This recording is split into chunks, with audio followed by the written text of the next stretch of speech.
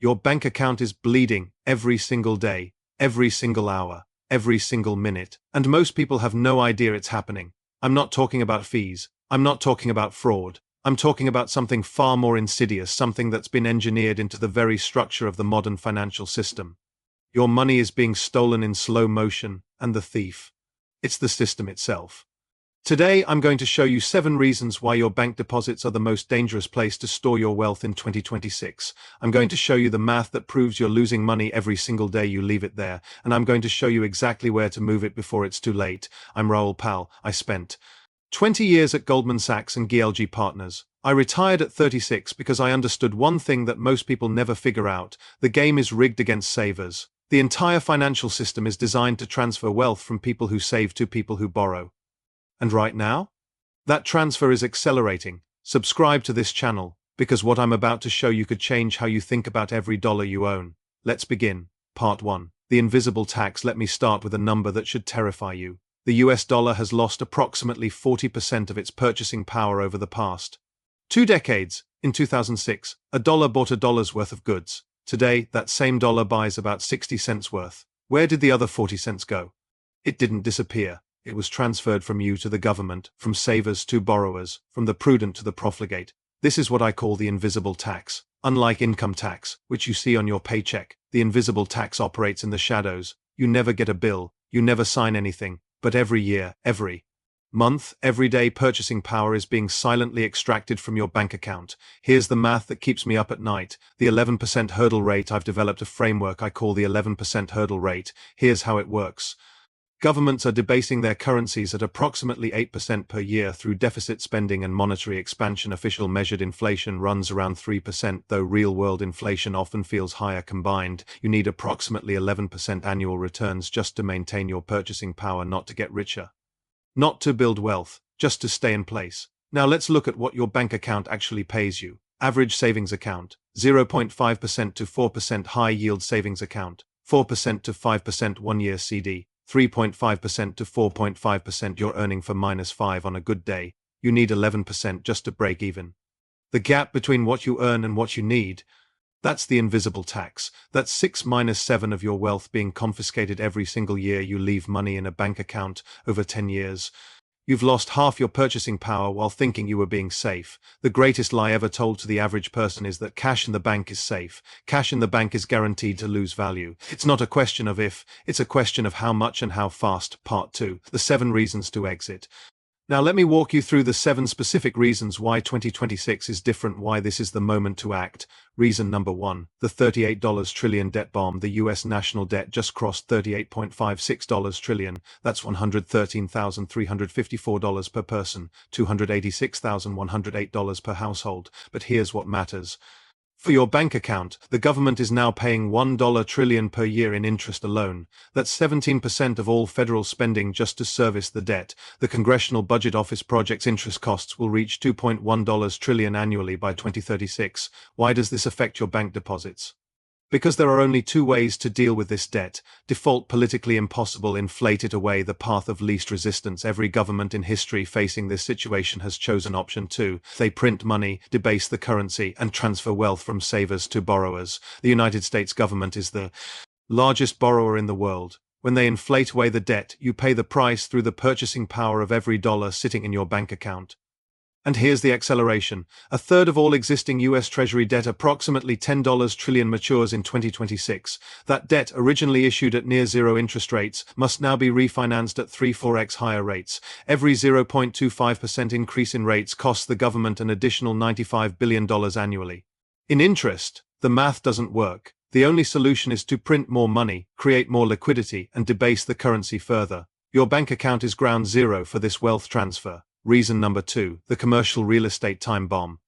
Here's something the mainstream media isn't telling you. $936 billion to $1.8 trillion in commercial real estate loans are scheduled to mature in 2026. This is called the maturity wall, and it's about to hit with full force. These loans were originated when interest rates were 3-4. Now borrowers must refinance at 6-7 or higher. Many properties simply cannot support debt service at these rates. The office sector is ground zero. CM's office loan delinquencies have reached 12.34% record levels, and the extend and pretend strategy where banks delayed dealing with problem loans is collapsing. Why does this affect your bank deposits? Because over 900 regional banks have commercial real estate exposure exceeding 300% of their capital. These are the same banks holding your deposits. Remember Silicon Valley Bank in 2023? That was a single bank with $209 billion in assets. The commercial real estate crisis threatens trillions spread across hundreds of institutions. The first bank failure of 2026 already happened. Metropolitan Capital Bank and Trust in Chicago, with 82% of its portfolio tied to commercial real estate and private equity. The FDIC cited unsafe and unsound conditions. Is this an isolated incident? Or the canary in the coal mine? The FDIC insurance fund covers $250,000 per depositor, per institution, but if multiple banks fail simultaneously as happened in 2008, the fund itself could be strained. Your deposits are protected by a $100 billion insurance fund. The banking system holds $17 trillion in deposits. Do the math. Reason number 3. The real return collapse. Let me show you the real numbers on what your savings actually earn. Series I bonds, often touted as inflation protection, currently yield 4.03% through April 2026. That includes a fixed rate of just 0.9% plus an inflation adjustment. Treasury bills at various maturities. 4-week, 3.75% 1 year, 3.53% high-yield savings accounts, for -5 at the best online banks. These all sound reasonable, but remember the 11% hurdle rate. Real returns adjusted for true currency debasement. I bonds at 4.03%, real return of approximately -7%. Treasury bills at 3.75%, real return of approximately -7.25%. Savings accounts at 4.5%, real return of approximately -6.5%. You are paying the government for the privilege of lending them money. Your safe investments are guaranteed losers. Charles Schwab's 2026 Outlook notes that Treasury inflation protected securities TIPS offer real yields of 1.25% to 2.0%, but even these positive real yields don't overcome the 8% currency debasement rate that governments engineer through deficit spending. Every traditional safe asset is underwater against the true cost of monetary debasement. The only way to beat the 11% hurdle is to own assets that appreciate faster than currency depreciates. Assets with structural scarcity, assets that cannot be printed. Reason number 4. The dollar's structural decline. The US dollar had its worst year since 2017 in 2025, falling approximately 9% against a basket of major currencies. Morgan Stanley projects the dollar could lose another 10% by the end of 2026. This isn't just a cyclical move, it's structural. The dollar index has lost about 11% from January through mid-2025, the biggest decline since 1973. The Federal Reserve is in a rate-cutting cycle, with more cuts expected in 2026. The $38 trillion debt burden creates permanent pressure for dollar devaluation. Foreign central banks are diversifying reserves away from dollar assets. Bitwise and Vitafi surveyed financial advisors about the most important themes to watch. In 2026, 22% cited fiat debasement as a critical area of focus, one of the highest responses. The professional money managers are worried. The question is, why aren't you? When the dollar falls against other currencies, your bank deposits denominated in dollars lose purchasing power globally, and when the dollar falls against real assets, gold, Bitcoin, real estate, your bank deposits lose purchasing power domestically. The dollar is being attacked from all directions, and your bank account offers no protection. Reason number 5. The debasement trade has gone mainstream. Something remarkable happened in January 2026.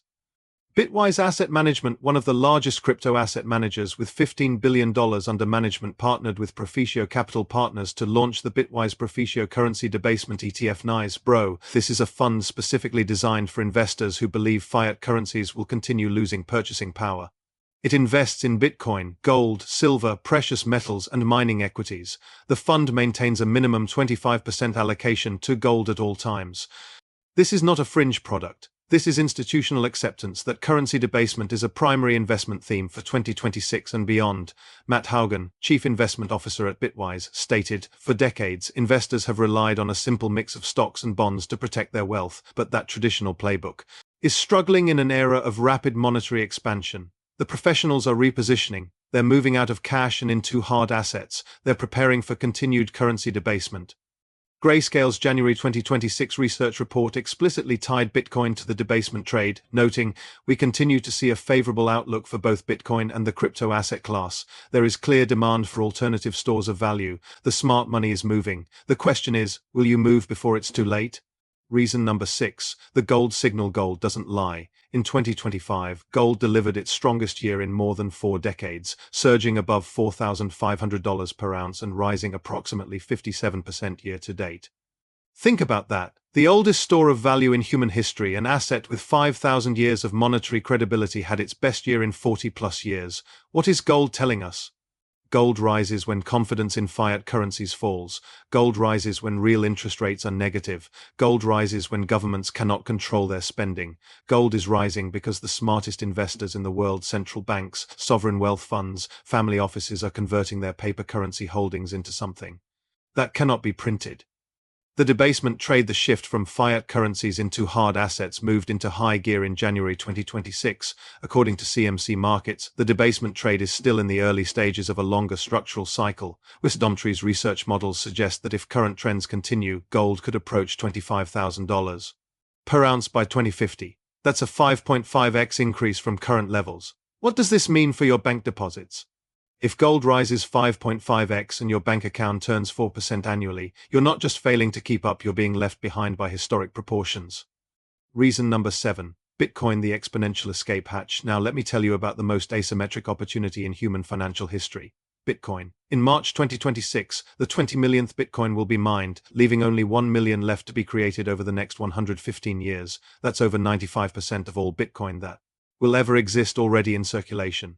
Meanwhile, the US has established a strategic Bitcoin reserve holding approximately 328,000 BTC. 23 countries now hold Bitcoin at the government level. Spot Bitcoin ETFs have accumulated over $115 billion in assets under management. Institutional investors purchased 829,000 BTC in 2025 alone. A record. Bitcoin isn't just another investment, it's a parallel monetary system with mathematically enforced scarcity. While central banks can print unlimited fiat currency, no one can print more Bitcoin. The supply schedule is transparent, predictable, and immutable. Since 2011, Bitcoin has delivered approximately 50% annualized returns. Yes, with massive volatility, drawdowns of 80% have occurred multiple times, but over any 4+ year period, Bitcoin has outperformed every other major asset class. More importantly, Bitcoin doesn't just beat the 11% hurdle rate, it crushes it. Grayscale's research notes, unlike fiat currencies, inflation in the supply of Bitcoin is low and predictable. Investors will continue to be attracted to a money system with transparent, predictable, and ultimately scarce supply in an era of fiat currency debasement. Your bank account pays you 4% to lose 7% in purchasing power annually. Bitcoin offers exposure to a monetary system that is structurally appreciating against all fiat currencies. This isn't speculation, this is monetary physics. Part 3. The math of monetary destruction. Let me make this concrete with specific numbers. Imagine you have $100,000 in a high-yield savings account earning 4.5% APY. Scenario A, the official story after 10 years at 4.5% compounded. You have $155,297. You feel like you've made $55. $297. The bank thanks you for your deposit. Scenario B, the reality 11% hurdle rate. Your $100,000 needed to grow to $283,942 to maintain purchasing power. 11% annually for 10 years. Your actual balance, $155,297. You've lost $128,645 in purchasing power. You feel richer, but you're actually 45% poorer.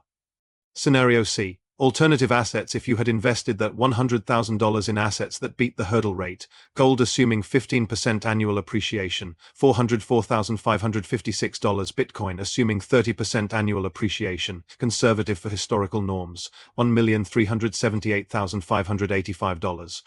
The gap between leaving money in the bank versus owning hard assets isn't small. It's generational wealth versus guaranteed poverty. This is why I say, get your money out of the bank. Not because banks are evil, not because there will be bank runs tomorrow, but because mathematically, bank deposits are wealth destruction vehicles. In an era of permanent currency debasement, Part 4, the Everything Code. Why this is happening? Let me explain the deeper framework, what I call the Everything Code. The everything code is my thesis that global liquidity is the master variable driving all asset prices. When central banks expand their balance sheets and inject liquidity, asset prices rise. When they contract, prices fall. But here's the key insight. Governments are trapped. The US government has $38.56 trillion in debt. Interest payments consume $1 trillion annually. A third of that debt, $10 trillion, matures in 2026 and must be refinanced at higher rates. There are only three options: raise taxes dramatically, politically suicidal; cut spending dramatically, also politically impossible; print money and inflate the debt away, the path of least resistance. Every government throughout history has chosen option 3. The United States will be no different. This means more money printing, more currency debasement, more wealth transfer from savers to borrowers, more appreciation of scarce assets against fiat currency. The everything code tells us that liquidity will return. Central banks will be forced to accommodate, and when that happens, assets with structural scarcity, gold, Bitcoin, productive real estate, will appreciate dramatically against cash. Your bank account will be the victim, not the beneficiary. Part 5. Where to move your money. Now let me give you the practical playbook. Where should you move your money? Tier 1. Immediate safety. Keep minimal amounts. Keep only what you need for 3-6 months of living expenses, near-term planned expenditures, emergency buffer. This money will lose value, accept that, but you need liquidity for life's necessities. Total, 10-20 of liquid assets, maximum in bank deposits. Tier 2, hard money allocation, core defensive position, gold, 10-20 of portfolio physical gold coins, bars stored outside the banking system, gold ETFs, GLDEO. For liquidity, gold miners. For leverage to the gold price, gold has 5,000 years of monetary credibility. It's the ultimate insurance policy against monetary chaos. Bitcoin, 5-15 of portfolio depending on risk tolerance, spot Bitcoin ETF, CBIT, FTC for regulated exposure. Self-custody for those with technical capability. Never use leverage. Bitcoin is digital gold with better monetary properties, perfect scarcity, perfect portability, perfect divisibility. Silver, 2-5 of portfolio physical silver for small denomination value storage. Silver ETFs, SLV for exposure. Silver has industrial demand and monetary properties. Total hard money, 20-40 of portfolio. Tier 3. Productive assets, growth with inflation protection, quality equities, 30-50 of portfolio. Companies with pricing power that can raise prices with inflation, technology platforms with network effects. Essential infrastructure, avoid highly leveraged businesses. The S&P 500 averages about 10% nominal returns, just below the 11% hurdle rate, but close. Quality individual stocks can exceed it. Real estate, 10-20 of portfolio. Rental properties with inflation adjusting leases, REITs. For liquidity, avoid highly leveraged properties in 2026 given credit stress. Tier 4. Symmetric opportunities, smaller positions, higher conviction. Layer 1 crypto beyond Bitcoin, 0-5 of portfolio. Ethereum, ETH, Solana, Sol. These carry more risk but also more upside. Mining and energy exposure, 2-5 of portfolio. Bitcoin miners, precious metals miners, uranium producers. The DeFi framework. Don't F this up. Whatever allocation you choose, follow these rules. Rule number 1. No leverage. The transition out of bank deposits should not involve borrowing. Leverage kills during volatility. The goal is wealth preservation with asymmetric upside, not gambling. Rule number 2. Dollar cost average. Don't move everything at once. Build positions over 6-12 months. Markets are volatile. Spreading purchases reduces timing risk. Rule number 3. Own the actual assets where possible. Take actual ownership. Self-custody. Bitcoin, physical gold in a safe and non-bank vault. Direct ownership rather than derivatives. Counterparty risk matters in a debt crisis. Rule number 4. Think in decades, not days. The debasement trade is a structural, multi-decade trend. Don't trade it, own it. Hold through volatility. Rule number 5. Size for volatility. Bitcoin can drop 30-50 in a month. Gold can drop 20%. Size your position so that you can hold through drawdowns without panic selling. If a 30% drawdown in Bitcoin would cause you to sell, you own too much Bitcoin. Part 6. The objections. Let me address the objections. I know you're thinking, but bank deposits are FDIC insured. Yes, up to $250,000 per depositor, per institution, but consider, the FDIC Insurance Fund holds approximately $100 billion. Total U.S. bank deposits exceed $17 trillion. The fund covers 0.6% of total deposits if multiple banks fail simultaneously, as happened in 2008 to 2009. The FDIC fund would be insufficient. The government would have to print money to backstop it, which would debase the currency further. FDIC insurance protects you from losing your principal. It doesn't protect you from losing your purchasing power, and purchasing power is what actually matters. But Bitcoin is too volatile. Yes, Bitcoin is volatile. It's dropped 80% plus multiple times, but consider the alternative. Your bank account offers guaranteed losses of 6-7 real purchasing power annually. Would you rather have guaranteed slow losses with near zero upside, or volatile returns with potential 50% plus annualized gains? Over any 4+ year holding period, Bitcoin has outperformed bank deposits by orders of magnitude. Volatility is the price of admission to asymmetric returns. The question is whether you're willing to pay that price. What if you're wrong about inflation and debasement? Fair question. What if inflation falls to 0%? What if the government balances the budget? What if the dollar strengthens? Even in that scenario, gold maintains value. It just doesn't appreciate as fast. Bitcoin continues its adoption curve. Network effects persist. Quality equities continue producing earnings. You still beat bank deposit returns. The downside of being wrong about debasement: your hard assets underperform slightly. The downside of being wrong about not preparing for debasement: you lose half your purchasing power over a decade. The risk-reward is asymmetric. Prepare for debasement. Benefit regardless. I don't understand Bitcoin crypto. You don't need to understand the cryptographic details. You need to understand three things. Fixed supply. Only 21 million Bitcoin will ever exist decentralized. No government can print more or confiscate it easily. Global adoption accelerating. Nation-states, institutions, and individuals are accumulating. If you understand why gold has value: scarcity plus universal recognition plus monetary history, you can understand why Bitcoin has value: better scarcity plus growing recognition plus superior monetary properties. Start small, learn as you go. But start Part 7. The timeline. When will this matter? It already matters. You're losing purchasing power every day you delay. But here are the catalysts that could accelerate the wealth transfer. Q1 Q2 2026, Treasury refinancing crunch. $10 trillion in Treasury debt must be refinanced. Interest rates are 3-4x higher than when this debt was issued. Either rates fall, dollar weakens, or the government struggles to find buyers. Crisis. 2026, commercial real estate maturity wall: $936 billion to $1.8 trillion in CRE loans mature. Banks with heavy exposure face stress. Credit tightens. March 2026, 20 million Bitcoin milestone. The 20 millionth Bitcoin will be mined, leaving only 1 million for the next 115 years. Supply scarcity becomes viscerally real. Ongoing nation-state Bitcoin adoption. More countries establishing strategic reserves. Game theory demands accumulation before supply runs out. 2026 to 2027, Fed rate cutting cycle. The Fed is expected to cut rates to 3.035. Lower rates equals weaker dollar equals hard asset appreciation. The window is open now. It won't be open forever. Let me leave you with a simple choice. You can do nothing. Keep your money in the bank. Earn your 4-5. Convince yourself that you're being safe. In 10 years, you'll have more dollars. But those dollars will buy less. Your purchasing power will have declined by 45-60. You'll be nominally wealthier and actually poorer. Or you can act. You can recognize that the financial system is designed to transfer wealth from savers to borrowers. You can understand that currency. Debasement is not a conspiracy theory, it's monetary policy. You can accept that your bank account is bleeding purchasing power every single day, and you can do something about it. Move into hard assets. Own gold, own Bitcoin, own productive equity, own things that cannot be printed by governments desperate to escape their debt burdens. The choice is yours, but the math is the math. Your bank account is not safe. It is a slow-motion wealth destruction vehicle. Get your money out before it's too late. Subscribe to this channel, hit the notification bell, because understanding money is the first step to keeping it. The magic is out there. You can do it your way. Don't F this up.